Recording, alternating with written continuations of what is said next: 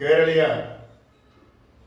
ദർശൻ അവതരിപ്പിച്ചുകൊണ്ടിരിക്കുന്ന കണ്ണാടിയിലൂടെ എന്ന പ്രോഗ്രാമിൻ്റെ പുതിയൊരു എപ്പിസോഡിലേക്ക് ബഹുമാനിയ പ്രേക്ഷകരെ സ്വാഗതം ചെയ്യുന്നു.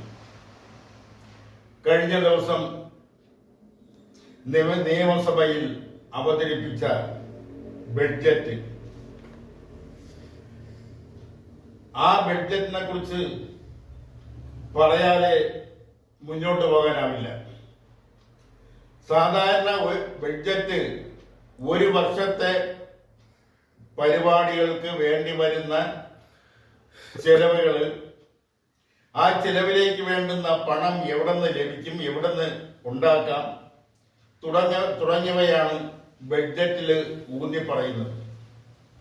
അതുപോലെ തന്നെ സാധാരണ ജനങ്ങളുടെ അല്ലെങ്കിൽ ജനങ്ങളുടെ നിത്യോപയോഗ സാധനങ്ങൾ പരമാവധി വില കുറച്ച് എങ്ങനെ ലഭ്യമാക്കാം, സർക്കാർ ജീവനക്കാരുടെ സേവന വേതന വ്യവസ്ഥകളിൽ എന്തെങ്കിലും മാറ്റം വരുത്തണോ, അത് എങ്ങനെയാണ് മാറ്റം വരുത്തേണ്ടത്, എവിടെയാണ് മാറ്റം വരുത്തേണ്ടത്, അതുപോലെ തന്നെ കാലാകാലങ്ങളിൽ സർക്കാർ നൽകുന്ന ആനുകൂല്യങ്ങൾ, പ്രത്യേകിച്ചും ക്ഷേമ പെൻഷൻ, ആ ക്ഷേമ പെൻഷനിൽ വർദ്ധിപ്പിക്കേണ്ടതുണ്ടോ, ഉണ്ടെങ്കിൽ എത്ര രൂപ വെച്ച് വർദ്ധിപ്പിക്കണം എന്നെല്ലാം പറയുന്നത് ബഡ്ജറ്റിലൂടെയാണ്. ഈ ബഡ്ജറ്റിൽ ക്ഷേമ പെൻഷൻ വർദ്ധിപ്പിക്കുമെന്നാണ് ബഹുഭൂരിപക്ഷം കേരളീയ ജനതയും വിശ്വസിച്ചിരുന്നത്.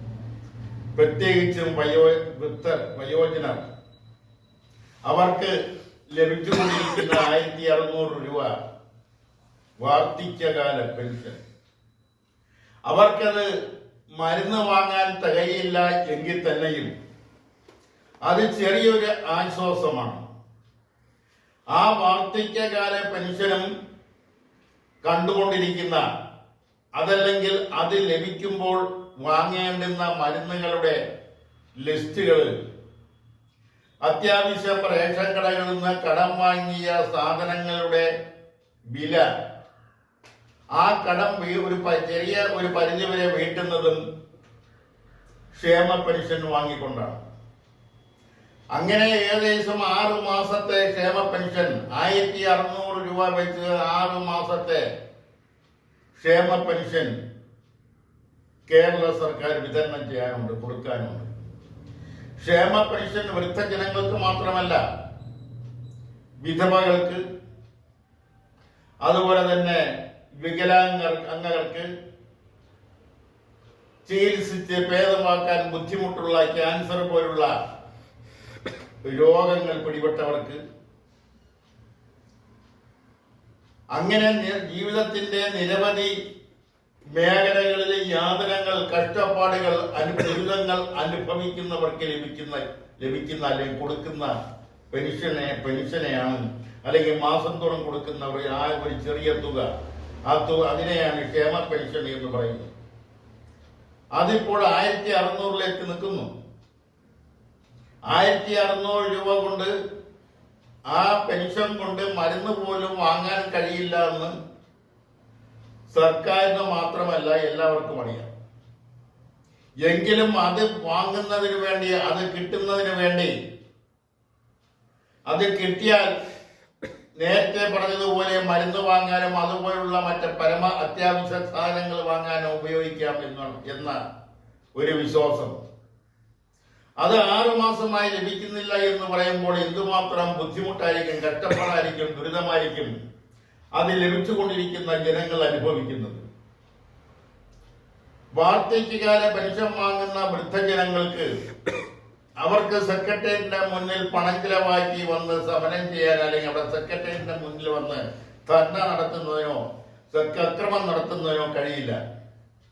അതുപോലെ തന്നെ വികലാംഗ പെൻഷൻ ലഭിക്കാത്തവര്, ആ വികലാംഗർക്ക് സെക്രട്ടേറിയറ്റിന്റെ മുന്നിൽ വന്ന് അക്രമം നടത്താൻ കഴിയില്ല. അതുപോലെ തന്നെ ക്ഷേമ പെൻഷൻ ലഭിക്കുന്ന വിധവകളായാലും ഏത് കാറ്റഗറിയിൽപ്പെട്ടവരായാലും അവർക്കൊന്നും മറ്റുള്ളവരെ പോലെ, അല്ലെങ്കിൽ തൊഴിലാളികളെ പോലെ, NGOമാരെ പോലെ, അധ്യാപകരെ പോലെ സെക്രട്ടേറിയറ്റിന്റെ മുന്നിൽ വന്ന് സമരം ചെയ്യുന്നതിനോ ആ സമരം വേണ്ടി വന്നാൽ ബോധപൂർവം അക്രമാസക്തമാക്കുന്നതിനോ കഴിയില്ല. അറിഞ്ഞുകൊണ്ട് അവർക്കത് നൽകുന്ന ഒരു സ്വഭാവത്തിലേക്ക് നാളിതുവരെ ഒരു സർക്കാരും ചെന്നെത്തിയിട്ടുമില്ല. ഈ സാഹചര്യത്തിൽ അവർ എന്ത് ചെയ്യണമെന്ന് ചോദിച്ചാൽ അവരെ മുന്നിൽ ഒരു ഉത്തരവില്ല. അതുപോലെ തന്നെ ആരോഗ്യരംഗത്ത് ബഡ്ജറ്റിൽ പറയുന്ന കാര്യങ്ങളും ആരോഗ്യരംഗത്തെ യാഥാർത്ഥ്യവും തമ്മിൽ പൊരുത്തപ്പെട്ട് പോകുന്നതല്ല. പല മേജർ ആശുപത്രികളിലും മരുന്നിന്റെ ദൗർബല്യം ഉണ്ട്. അത്യാവശ്യ മരുന്നുകളില്ല, കുറിപ്പടിയിൽ കൊടുക്കുകയാണ് ചെയ്യുന്നത്. അതുപോലെ തന്നെ സ്പെഷ്യലൈസ് ചെയ്ത ഡോക്ടർമാരില്ല. ഉള്ള ഡോക്ടർമാർ ആഴ്ചയോ 1-2 ദിവസമാണ് വരുന്നത്. എന്തിനേറെ പറയുന്നു, മെഡിക്കൽ കോളേജിൽ പോലും കേരളത്തിലെ ഏറ്റവും വലിയ മികച്ച മെഡിക്കൽ കോളേജുകളിൽ ഒന്നായ, ഇന്ത്യയിലെ ഏറ്റവും മികച്ച മെഡിക്കൽ കോളേജുകളിൽ ഒന്നായ തിരുവനന്തപുരം മെഡിക്കൽ കോളേജ് ആശുപത്രിയുടെ സ്ഥിതിയും മറ്റൊന്നല്ല. അവിടെ ആവശ്യത്തിന് സ്പെഷ്യലൈസ്ഡ് ഡോക്ടർമാരില്ല, ആവശ്യത്തിന് മരുന്നുകളില്ല. വളരെ അത്യാസന്ന നിലയിൽ വരുന്ന രോഗികളെ കിടത്തി ചികിത്സിക്കുന്നതിന് ആവശ്യമായ ബെഡില്ല, ആവശ്യമായ നഴ്സുമാരില്ല. രാത്രി ഒരു രോഗി അത്യാസന്ന നിലയിൽ കൊണ്ടുവന്നാൽ സാധാരണ നിലയിൽ ആ രോഗിയുടെ ബന്ധുക്കൾക്ക് രാഷ്ട്രീയ ബന്ധം അല്ലെങ്കിൽ ഉന്നത ബന്ധമില്ലെങ്കിൽ തറയിൽ ഷീറ്റും ഒരു തലകടയും കൊടുത്ത് തറയിലാണ് ഇടുന്നത്. പനി വന്ന് കൗണ്ട് കുറഞ്ഞ ഒരാളിനെ സംബന്ധിച്ചിടത്തോളം തറയിൽ ഇട്ടാനുള്ള അവസ്ഥ എന്തായിരിക്കും? ഇടയ്ക്കിടയ്ക്ക് നേരിട്ടറിയാവുന്ന ഒരു സംഭവം ഞാൻ പറയാം. തിരുവനന്തപുരം മെഡിക്കൽ കോളേജിൽ കൗണ്ട് കുറഞ്ഞു കൊണ്ടുവന്ന ഒരു രോഗി, 25 വയസ്സിന് താഴെ പ്രായമുള്ള രോഗിക്ക് 22 കൗണ്ട് 22 എത്തി നിൽക്കുന്നു. തറയിലാണ് കിടത്തിയിരിക്കുന്നത്. ഇഞ്ചക്ഷൻ കൊടുക്കാനും ആ കൗണ്ട് കൂട്ടുന്നതിന് ആവശ്യമായ കാര്യങ്ങൾ ചെയ്യുന്നതിന് വേണ്ടി ചിറ്റിൽ എഴുതിയിട്ടിട്ട് പോയിട്ട് അത് ചെയ്യുന്നതിന് ആകെ ഉള്ളത് ഒരു നഴ്സ് മാത്രം. വളരെ ഗുരുതരാവസ്ഥയിലാണ് ആ രോഗി. നിവർത്തിയില്ലാതെ ആ രോഗിയെ അവസാനം തലസ്ഥാന നഗരിയിലെ അറിയപ്പെടുന്ന വളരെയധികം ചെലവ് ഏറിയ ചികിത്സയ്ക്ക് വളരെയധികം ചെലവേറിയ വാങ്ങുന്ന ഒരു ആശുപത്രിയിലേക്ക് രാത്രി തന്നെ മാറ്റേണ്ടി വരികയും അങ്ങനെ ആ രോഗി രക്ഷപ്പെടുകയും ചെയ്തു. ഇതൊരൊറ്റപ്പെട്ട സംഭവമല്ല. എനിക്ക് നേരത്തെ അറിയാവുന്നത് കൊണ്ടാണ് ഈ ഒരു കാര്യം പറഞ്ഞത്. അതേസമയം നഗരത്തിലെ ഒരു പ്രബലമായ ആശുപത്രിയിൽ കൊണ്ടുപോയി ചികിത്സിക്കുന്നതിന് വേണ്ടി അല്ലെങ്കിൽ അവിടെ ICU യൂണിറ്റിൽ കിടത്തിക്കൊണ്ടാണ് ചികിത്സിക്കേണ്ടത്. അവിടെ ICU യൂണിറ്റിന്റെ ഫീസ് അടയ്ക്കാൻ ഇല്ലാത്ത ഒരാളിനെ സംബന്ധിച്ചിടത്തോളം, അവിടെ മരുന്നിന് കാശടയ്ക്കാൻ ഇല്ലാത്ത ഒരാളിനെ സംബന്ധിച്ചിടത്തോളം അയാൾ എന്താണ് ചെയ്യേണ്ടത്? ആ രോഗിയുടെ ബന്ധുക്കൾ എന്താണ് ചെയ്യുക? ആ രോഗിയുടെ ബന്ധുക്കൾ ആരോടാണ് പറയേണ്ടത്? ഈ ഒരു സ്ഥിതിവിശേഷം കേരളത്തിന്റെ ആരോഗ്യ മേഖലയിലുണ്ട്. അത് തിരിച്ചറിയണം, സമൂഹം തിരിച്ചറിയണം, രാഷ്ട്രീയക്കാർ തിരിച്ചറിയണം. മയക്കി കിട്ടിയാൽ ഉച്ചത്തിൽ പ്രസംഗിച്ചാൽ പോരാ, പത്രപ്രവർത്തകരെ മുന്നിൽ വന്ന് വീമ്പിളയ്ക്കാൻ പോരാ. ഈ രാജ്യത്തെ യാഥാർത്ഥ്യത എന്തെന്ന് തിരിച്ചറിയണം. ആരോഗ്യ മേഖലയിലെ ദയനീയ അവസ്ഥയെക്കുറിച്ച്, ദുരന്തത്തെക്കുറിച്ച് തിരിച്ചറിയണം. അതിന് പരിഹാരം കാണാമെന്ന് പറഞ്ഞാൽ പോരാ, പരിഹാരം കണ്ടെത്തണം. അത് പരിഹരിച്ചേ മതിയാവൂ. അതുപോലെ തന്നെയാണ് ഇപ്പോൾ നിത്യോപയോഗ സാധനങ്ങളുടെ വിലക്കയറ്റം. അരിവില തന്നെ മനുഷ്യർക്ക് താങ്ങാൻ മുമ്പൊന്നും ഇല്ലാത്ത നിലയിൽ അരിവില വർദ്ധിച്ചിരിക്കുന്നു. അതുപോലെ തന്നെ മറ്റ് നിത്യോപയോഗ സാധനങ്ങളുടെ വില വർദ്ധിച്ചിരിക്കുന്നു. സപ്ലൈകോയിലോ മാവേലി സ്റ്റോറിലോ ഒന്നും തന്നെയും നിത്യോപയോഗ സാധനങ്ങളുടെ ദൗർബല്യം നേരിട്ടുകൊണ്ടിരിക്കുന്നു. മാവേലി സ്റ്റോറുകളിൽ സപ്ലൈകോയിൽ ആവശ്യത്തിന് നിത്യോപയോഗ സാധനങ്ങൾ ഇല്ലാതെ വരുമ്പോഴാണ് പൊതു മാർക്കറ്റിൽ സാധനങ്ങൾക്ക് വില വർദ്ധിപ്പിക്കുന്നത്. അവശ്യ സാധനങ്ങൾ പൂഴ്ത്തി വെച്ചുകൊണ്ട് വില വർദ്ധിപ്പിക്കുന്ന, വില കൂട്ടി വാങ്ങുന്ന ഒരു സംവിധാനം എത്രയോ നാളായി കേരളത്തിന്റെ മാർക്കറ്റ് മേഖലയിൽ, കമ്പോള മേഖലയിൽ നിലനിൽക്കുന്നു. അതിനെ നിയന്ത്രിക്കാനോ അതിനെ സുതാര്യമായ രീതിയിൽ വിലക്കയറ്റം പിടിച്ചു നിർത്തുന്നതിന് വേണ്ടുന്ന നടപടി സ്വീകരിക്കാനോ ഒരു സർക്കാരിനും കഴിഞ്ഞിട്ടില്ല എന്നുള്ളതാണ് വേറെ വസ്തുത. അങ്ങോട്ടും ഇങ്ങോട്ടും പഴിയായിരുന്നു. കേന്ദ്രം സംസ്ഥാനത്തെ പഴിയായിരുന്നു, സംസ്ഥാനം കേന്ദ്രത്തെ പഴിയായിരുന്നു. ഇതെല്ലാം കേട്ടുകൊണ്ട് സഹിച്ച് ജനം നിൽക്കുന്നു. ഈ ഒരു അവസ്ഥ പല മേഖലകളിലും എന്നപോലെ നിത്യോപയോഗ സാധനങ്ങൾ ന്യായവിലയ്ക്ക് കൊടുത്തുകൊണ്ടിരുന്ന പൊതു വിപണിയിലും ഇപ്പോൾ സംജാതമായിട്ട് നാളെയേറെയായി. ഇതിനെല്ലാം ഒരു മാറ്റം വരണം. തെരഞ്ഞെടുപ്പ് അടുക്കുമ്പോൾ മോഹന വാഗ്ദാനങ്ങൾ നൽകാറുണ്ട്. അതല്ല ഇവിടെ ആവശ്യം. ഇവിടെ പ്രായോഗികമായി എന്ത് ചെയ്യാൻ കഴിയുമെന്നാണ് ജനങ്ങൾ ചോദിക്കുന്നത്. സഹകരണ മേഖലയുടെ അഴിമതികൾ ഇതിനു മുമ്പ് പല പ്ലാറ്റ്ഫോമിലും പറഞ്ഞതാണെങ്കിൽ തന്നെയും രാഷ്ട്രീയ പ്രസ്ഥാനങ്ങളുടെ സംസ്ഥാന നേതാക്കളുടെ സ്വത്തുക്കള്, അവരുടെ ബന്ധുക്കളുടെ സ്വത്ത്, അവരുടെ ഭാര്യയുടെ സ്വത്ത്, മക്കളുടെ സ്വത്തെല്ലാം ഈടി കണ്ടുകെട്ടിക്കൊണ്ടിരിക്കുന്നു.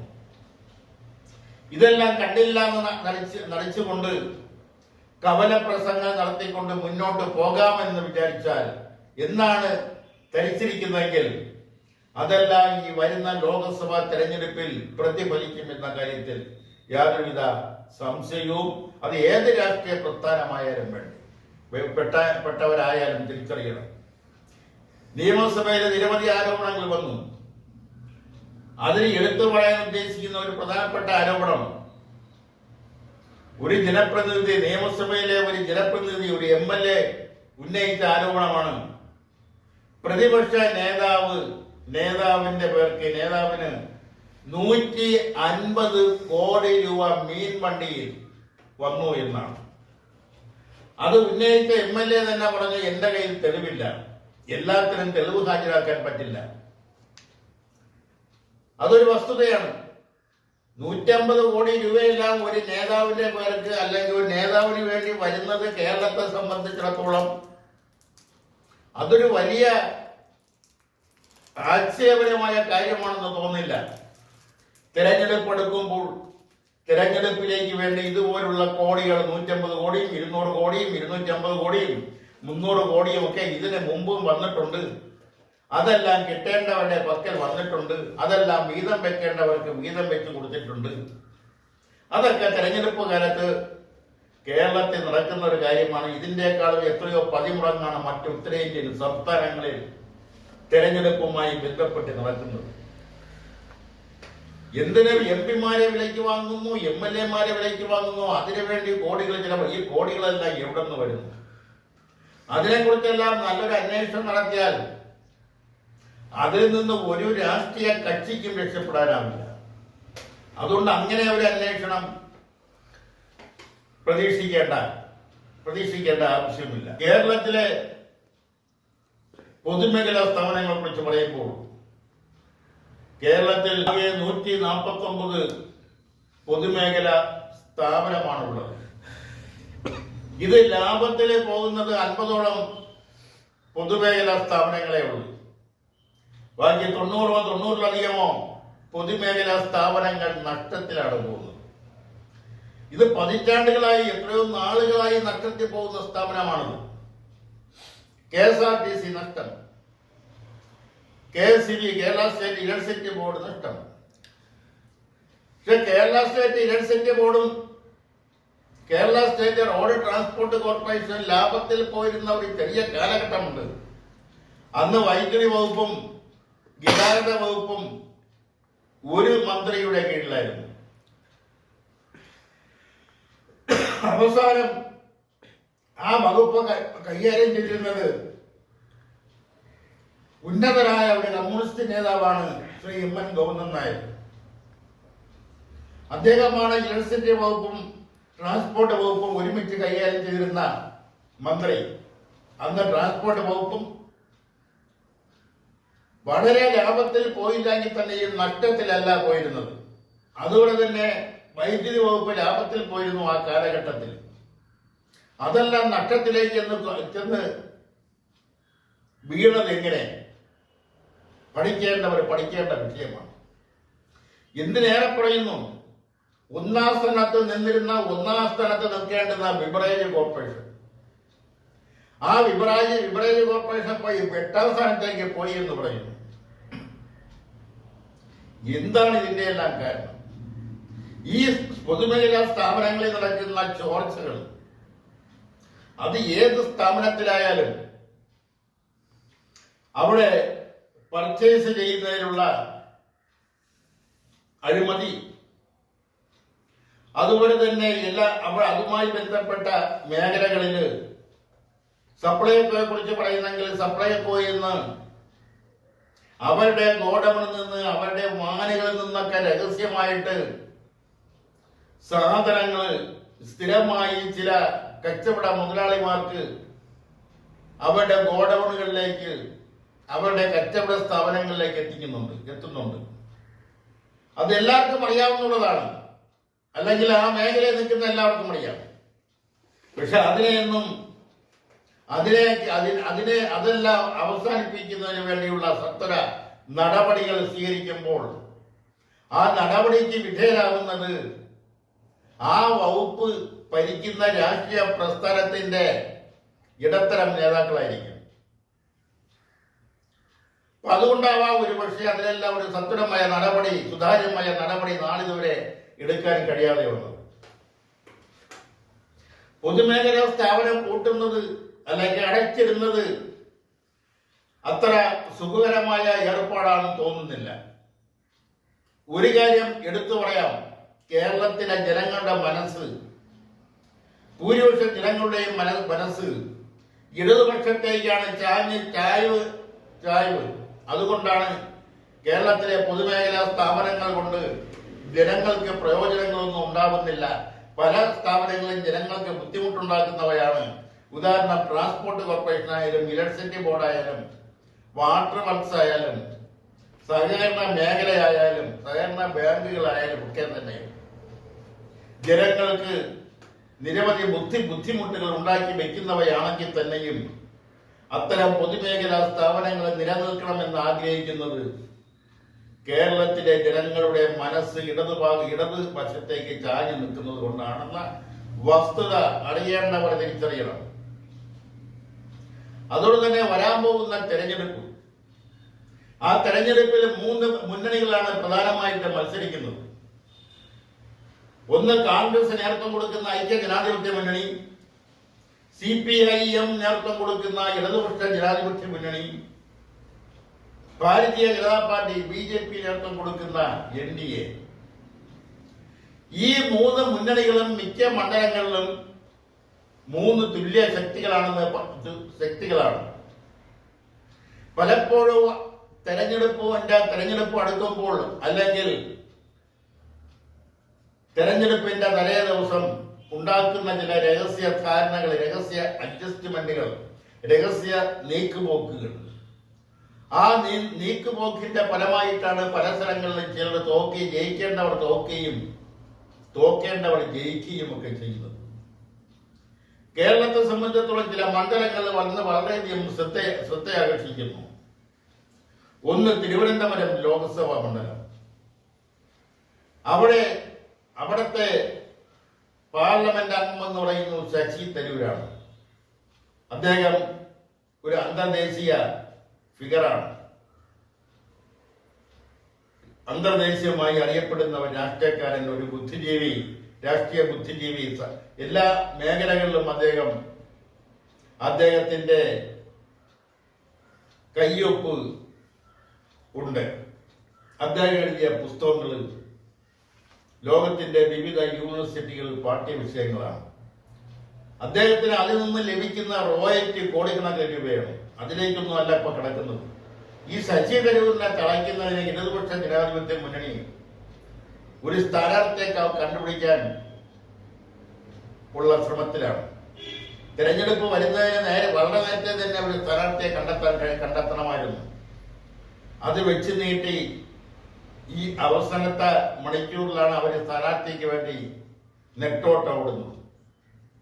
ഇപ്പോൾ പറഞ്ഞു കേൾക്കുന്ന ശ്രീ പന്തൻ രവീന്ദ്രന്റെ പേരാണെങ്കിൽ പേരാണ്. അദ്ദേഹം ഇലക്ഷനിൽ നിൽക്കാൻ താല്പര്യമില്ല എന്ന് അദ്ദേഹം പരസ്യമായി തന്നെ പറഞ്ഞു കഴിഞ്ഞു.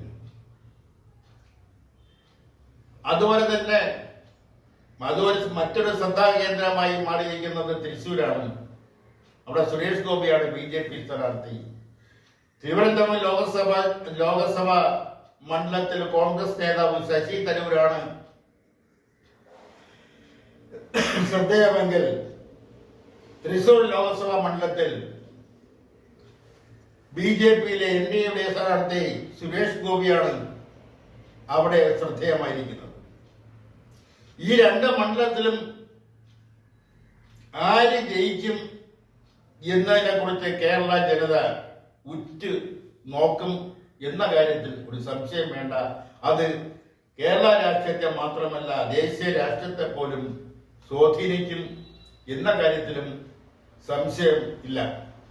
എന്തായാലും വരുന്ന ലോക്സഭാ തെരഞ്ഞെടുപ്പിൽ കേരളത്തിൽ എത്ര സീറ്റുകൾ ആർക്കെല്ലാം കിട്ടുമെന്നതിനെ കുറിച്ച് മുൻകൂട്ടി ഒരു പ്രവചനം നടത്തുക എന്ന് പറയുന്നത് അസാധ്യമാണെങ്കിലും വോട്ടർമാരുടെ മനസ്സിൽ ചില പേരുകളൊക്കെ നിലനിൽക്കുന്നുണ്ട്.